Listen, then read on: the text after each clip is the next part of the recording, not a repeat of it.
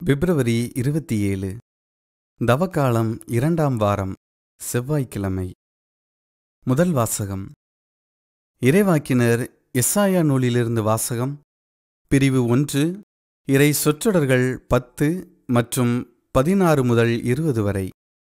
எருசலேமே, உன்னை ஆளுகிறவர்களும் உன் மக்களும் சோதோம் கொமோராவை போன்றவர்களாயிருக்கின்றனர். நம் ஆண்டவரின் அறிவுரையை கேளுங்கள், அவர்தம் கட்டளைக்கு செவிசாயுங்கள். உங்களை கழுவி தூய்மைப்படுத்துங்கள், உங்கள் தீச்செயலை என் திருமுன்னிருந்து அகற்றுங்கள். தீமை செய்தலை விட்டொழியுங்கள், நன்மை செய்ய கற்றுக்கொள்ளுங்கள். நீதியை நாடித் தேடுங்கள், ஒடுக்கப்பட்டோருக்கு உதவி செய்யுங்கள். திக்கற்றோருக்கு நீதி வழங்குங்கள், கைம்பெண்ணுக்காக வழக்காடுங்கள். வாருங்கள், இப்பொழுது நாம் வழக்காடுவோம் என்கிறார் ஆண்டவர். உங்கள் பாவங்கள் கடுஞ்சிவப்பாயிருக்கின்றன, எனினும் உறைந்த பனிபோல அவை வெண்மையாகும்.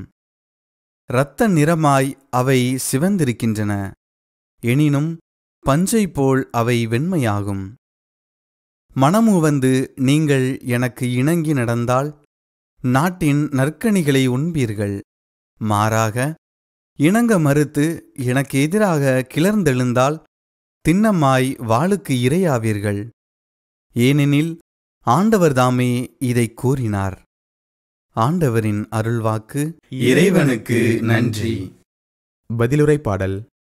திருப்பாடல் 50, 8 முதல் 9, 16 முதல் 17 மற்றும் 21, 23.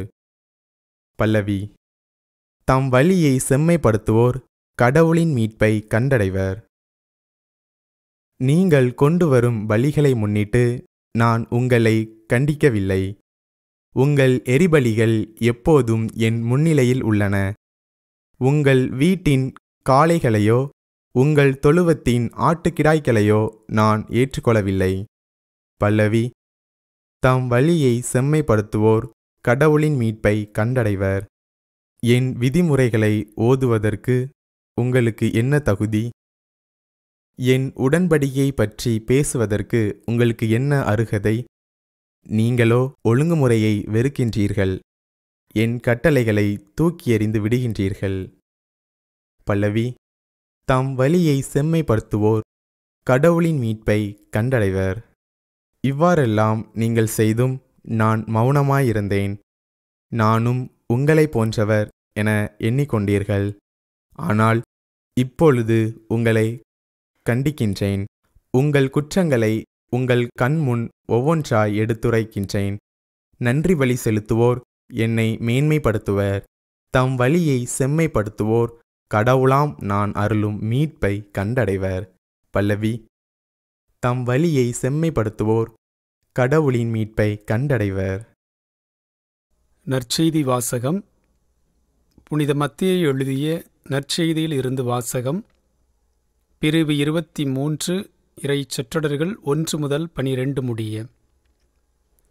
அக்காலத்தில் இயேசு மக்கள் கூட்டத்தையும் தம் சீடரையும் பார்த்து கூறியது: மறைநூல் அறிஞரும் பரிசேயரும் மோசேயின் அதிகாரத்தை கொண்டிருக்கின்றனர். ஆகவே அவர்கள் என்னென்ன செய்யும்படி உங்களிடம் கூறுகிறார்களோ அவற்றையெல்லாம் கடைபிடித்து நடந்து வாருங்கள்.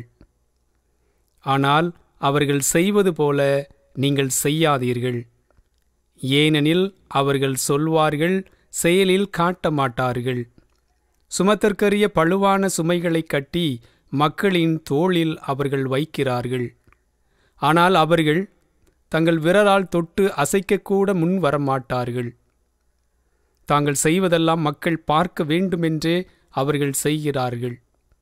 தங்கள் மறைநூல் வாசகப் பட்டைகளை அகலமாக்குகிறார்கள், அங்கியின் குஞ்சங்களை பெரிதாக்குகிறார்கள். விருந்துகளில் முதன்மையான இடங்களையும் சந்தை வெளிகளில் மக்கள் தங்களுக்கு வணக்கம் செலுத்துவதையும் ரபி என அழைப்பதையும் விரும்புகிறார்கள். ஆனால் நீங்கள் ரபி என அழைக்கப்பட வேண்டாம், ஏனெனில் உங்களுக்கு போதகர் ஒருவரே. நீங்கள் யாவரும் சகோதர சகோதரிகள். இம்மண்ணுலையில் உள்ள எவரையும் தந்தை என நீங்கள் அழைக்க வேண்டாம், ஏனெனில் உங்கள் தந்தை ஒருவரே, அவர் விண்ணகத்தில் இருக்கிறார்.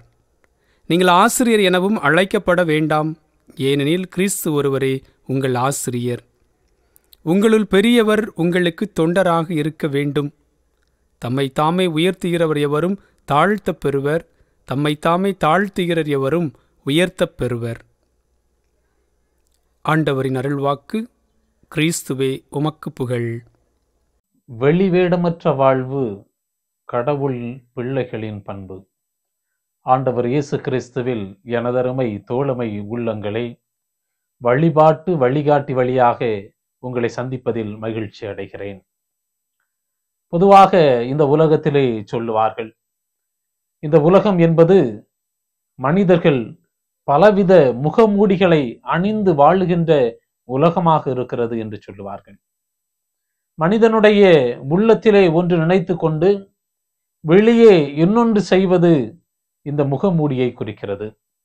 மனிதர்கள் ஒவ்வொரு நிலையிலும் ஒவ்வொரு இடத்திலும் ஒவ்வொரு விதமான முகமூடிகளை அணிந்து அவர்கள் செல்லுகிறார்கள் என்று பொதுவாக மனிதர்களை குறித்து சொல்லுகிறார்கள்.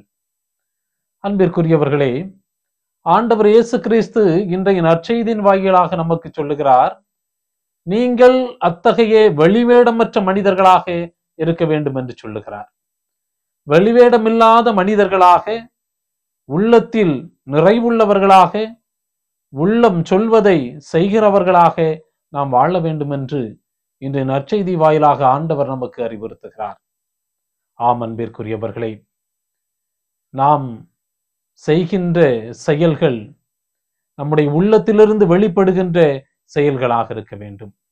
நாம் செய்கின்ற செயலும் அப்படிதான் இருக்க வேண்டும் என்று சொல்லி ஆண்டவர் விரும்புகிறார்.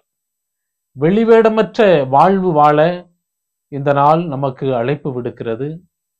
இந்த வெளிவேடமற்ற வாழ்வை எப்படி நாம் வாழ வேண்டும் என்றும் ஆண்டவர் இயேசு நமக்கு கற்றுத்தருகிறார். பரிசேயர்கள் மறைநூல் அறிஞர்களினுடைய சொற்களை கேட்டு நீங்கள் நடங்கள், ஆனால் அவர்கள் செய்வது போன்று நீங்கள் செய்யாதீர்கள் என்று சொல்லுகிறார். அவர்கள் வெளிவேடத்தனமாக வாழ்கிறார்கள். பிறர் பார்க்க வேண்டும், பிறர் புகழ வேண்டும், பிறர் இவர்கள் கடவுளுக்குரியவர்களாக வாழ்ந்து கொண்டிருக்கிறார்கள், கடவுளின் பிள்ளைகளாக வாழ்ந்து கொண்டிருக்கிறார்கள் என்று அவர்களை புகழ வேண்டும் என்பதற்காக அவர்கள் செயல்களை செய்கிறார்கள். அது இறைவனுக்கு உரிய செயல் அல்ல என்பதை ஆண்டவர் இயேசு தன்னுடைய சீடர்களுக்கு எடுத்துச் சொல்லுகிறார். மாறாக நம்முடைய உள்ளார்ந்த முறையில் ஆண்டவருக்கு நாம் அன்பு செய்ய வேண்டும். உள்ளார்ந்த முறையில் ஆண்டவரினுடைய கட்டளைகளை நாம் கடைபிடிக்க வேண்டும். பிறர் பார்க்க வேண்டும் என்பதற்காக உள்ளத்தில் ஒன்றை வைத்துக் கொண்டு வெளியே முகமூடி அணிந்து கொண்டு என்னை எல்லோரும் நல்லவனாக பார்க்க வேண்டும் என்று சொல்லி நாம் வாழ்ந்தோமே என்றால், மறைவாயிருக்கிற கடவுள் நம்முடைய உள்ளத்தை அறிந்தவராக இருக்கிறார். அவர் வெளிவேடத்தனத்தை பார்ப்பதில்லை, மாறாக உள்ளத்து உணர்வுகளை பார்த்து நமக்கு தீர்ப்பிடுகிறவராக அவர் இருக்கிறார். எனவே நாம் உள்ளத்தில் தூய்மை உள்ளவர்களாக வாழ்வோம். இந்த தவ காலத்திலே உள்ள தூய்மை பற்றி அனுதினமும் நாம் சிந்தித்துக் கொண்டிருக்கின்றோம். அன்பிற்குரியவர்களே, வெளிவேடமற்ற வாழ்வு நாம் வாழ அழைக்கப்பட்டிருக்கின்றோம்.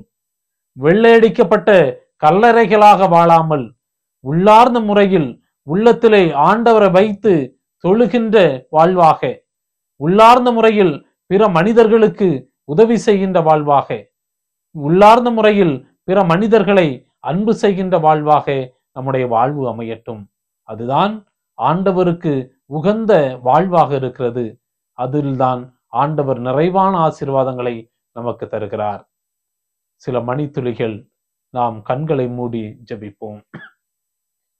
வெளிவேடம் இல்லாமல் உள்ளத்தில் உள்ளதை வாழ்ந்த எங்கள் இறைவா, இந்த உலக வாழ்க்கையிலே வெளிவேடத்தனமாய் வாழ்ந்தால்தான் இந்த உலகத்திலே வாழ முடியும் என்று சொல்லி கற்பிக்கின்ற இந்த உலக வாழ்க்கையிலே வாழுகின்ற இந்த வாழ்க்கையிலே நாங்கள் உம்மை போன்று உள்ளொன்றும் புறமொன்றும் பேசாமல் உள்ளத்தில் இருப்பதை நாங்கள் வெளிக்காட்டவும், எல்லா மனிதர்களையும் உள்ளத்திலிருந்து அன்பு செய்யவும், எல்லா மனிதர்களுக்கும் தேவையில் இருப்போருக்கும் உள்ளத்திலிருந்து நாங்கள் உதவி செய்யவும் எங்களுக்கு நீர் ஆற்றலையும் அருளையும் தருவீராக. ஆமென்.